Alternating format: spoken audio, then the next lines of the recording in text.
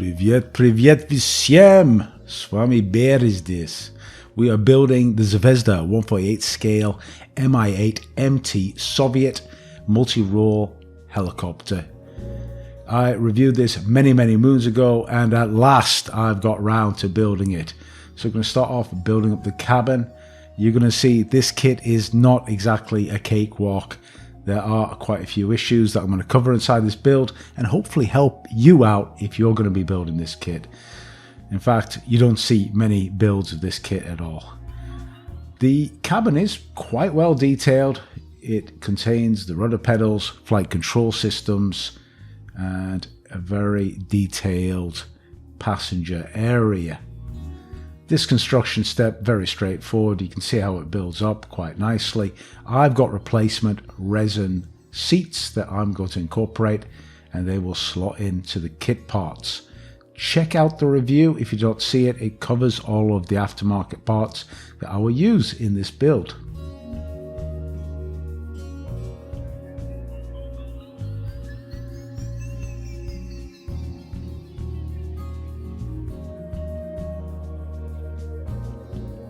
There we can see the mostly completed step for the cockpit section. And I did quite a lot of dry fitting during this build, checking how parts locate, how they fit.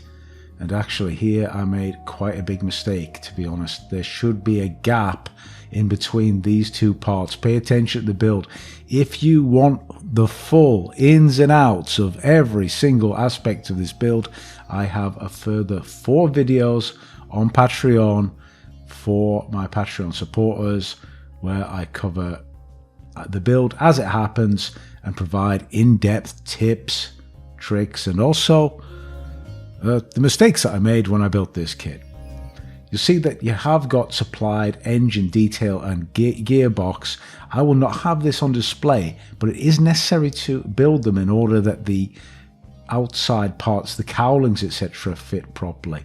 I've masked off sections of the fuselage now for the interior grey paint, and you guessed it, I'm using the primer as the paint.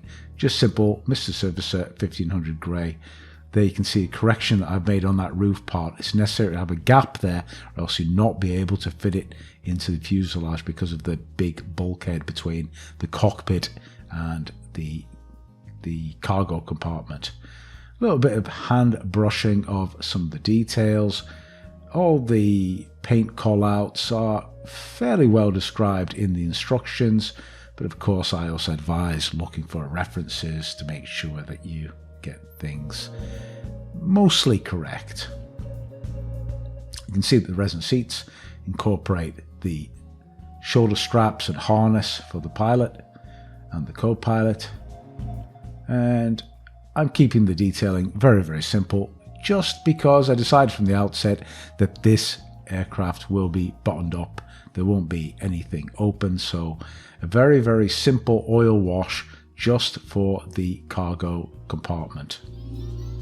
Previously, you may have noticed that I did paint the bench seats a brown color.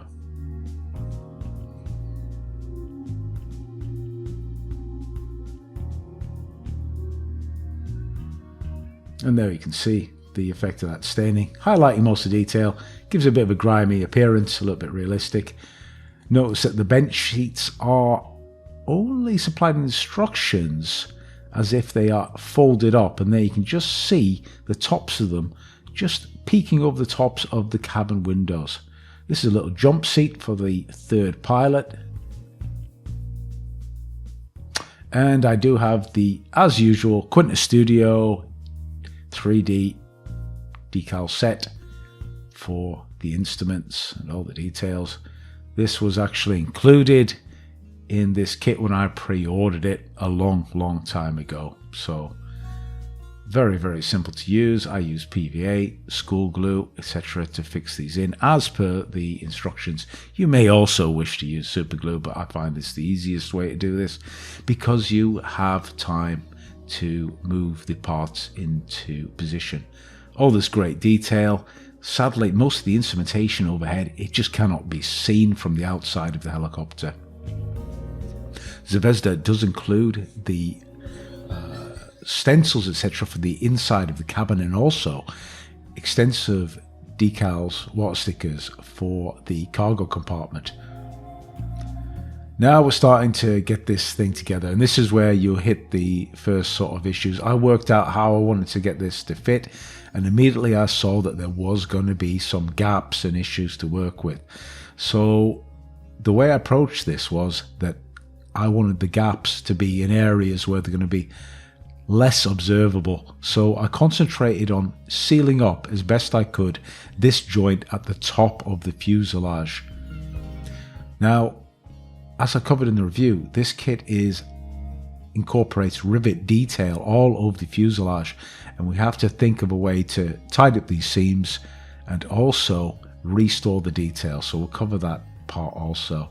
Now, this is the worst gap that I had, which was underneath the fuselage, and this was an area that I thought was, well, it's less likely to be seen, and so therefore I wasn't too worried about this. But there is a big, nasty, like 1 mil gap there, and we just use the usual methods of putty and super glue mainly to fill up those gaps. At this point, some of the external sponsons, I suppose these are fuel tanks, get fixed onto the exterior of the fuselage, and there's quite a few details to get mounted on the airframe as well. Use your own judgment when you're going to fit these. Now, because I haven't got the engines on display, you have to sort of think about how you fit the covers for the gearbox and for the engine. Using a bit of tack there enabled me to fit the panel into position while the glue was still drying, trying to get it a flush fit without many gaps. This area, of course, you sort of look at this kit and you think, well, it's meant to have all these engines on display, but for me they aren't that well detailed, and really I wanted the aircraft bottomed up like I mentioned, so you've got lots and lots of panels to fit. I suggest approaching them all in one go so you can work out how they all fit and manipulate them as best you can. The fit in that area is not too bad. This tail boom is going to have similar problems to the fuselage. In order to join it together, you're going to basically run in areas where there's rivet details that are going to be missing and need to be replaced. I'm working on the seams now, and like I mentioned, I tend to use super glue in order to fix up these seams and just sand them down, and no matter how careful you are, you will be obliterating some of that rivet detail.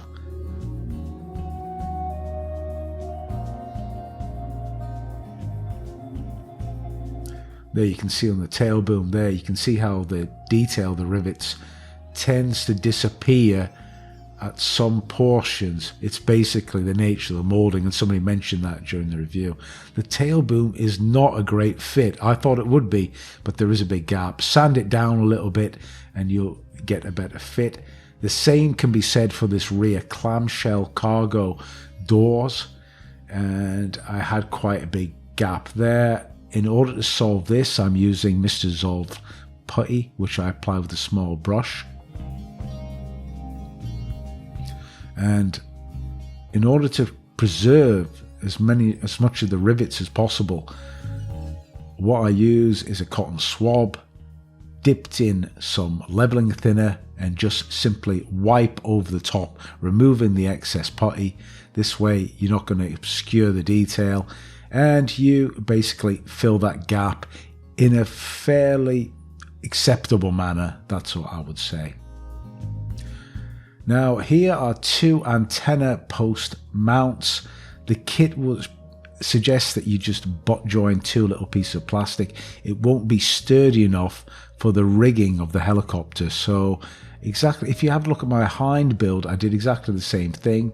I replaced those posts with some brass rod, and I'd filed that to resemble the antenna posts and super glued those into position. A mask is a pretty good idea for this kit. There's quite extensive glazing. I'm using one from SX Art. And I noticed this. This detail is so ugly. I had to do something about it. If I noticed before, I would have worked on it before the construction. But as is, what I do is sort of chain drill small holes in order to remove what that is meant to represent, which is some sort of mesh, and I want to replace that with some real mesh. Now, I haven't got the shape exactly right, and it isn't maybe as accurate as the shape should have been, but for me, it's just a lot better than what was provided on the kit. So, in order to replace this detail, I've got Quinta 1/48 scale rivets, and they work really well at restoring this detail. The application of them is really simple. You just need to dip them in water like a normal water sticker, and then you just simply lay them in places to restore the rivet detail. Yes, they actually have got a depth to them, and they perfectly match the kit. Let's get on to the paint part now, and I'm priming again using the same Mr. Surfacer primer.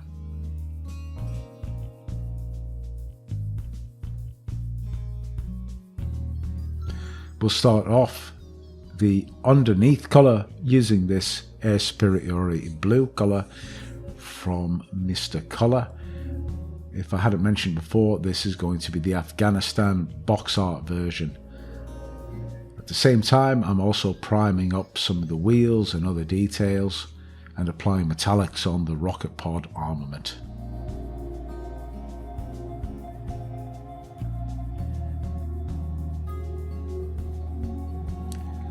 The suggested colour is Desert Yellow XF59. So I applied this overall. Obviously, prior to this, I masked off the bottom of the aircraft, and I thought this might be an okay colour. As I applied it, and when I looked at it later on, I thought this colour was a little bit too dark. It probably is acceptable, but for what I want to do, I thought I would change it around. So here's the camouflage pattern. The suggested colour is this khaki drab, and I freehand the camouflage on initially. This is my usual approach to these schemes, but if you have a look at references, you'll notice that the camouflage is quite tight. It's nearly like a hard line demarcation between the colours, but this allows me to lay down the initial camouflage outlay. What I do is I come back and I use some of this tack as a mask, and now I've decided at this point I want to correct that colour. So I'm actually using a Dunkelgelb colour from a colour modulation set, and I think this is a really nice light colour that more accurately depicts these MI8s for the Soviet camouflage that was used during that time. I tend to mask in sections. I don't like the tack to be on the aircraft or on the model for too long.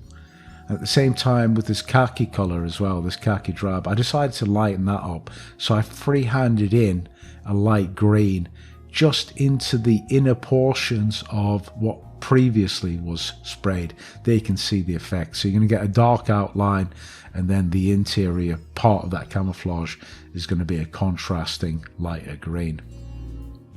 There is quite a lot of masking involved in this kit for the rotors, etc.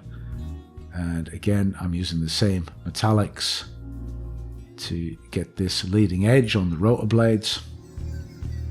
We can start demasking the demarcation, and also I left off quite a lot of the parts that were in different colours, and they could be fitted later on, just making the build a lot easier and simpler.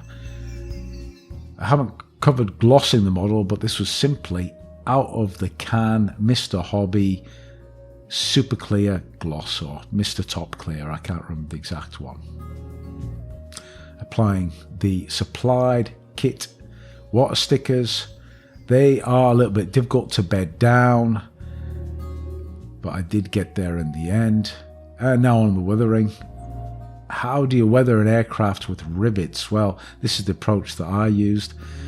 I'm using standard enamel washers, which I always use, making up a concentration of black and brown enamels, and I'm applying it overall on a lot of the model, so it as opposed to pin washing, because there's no panel lines on this model, what you're going to do is coat over a lot of the aircraft in order to give it a bit of depth and a little bit of wear. And then of course we come in with a rag to remove a lot of the excess wash.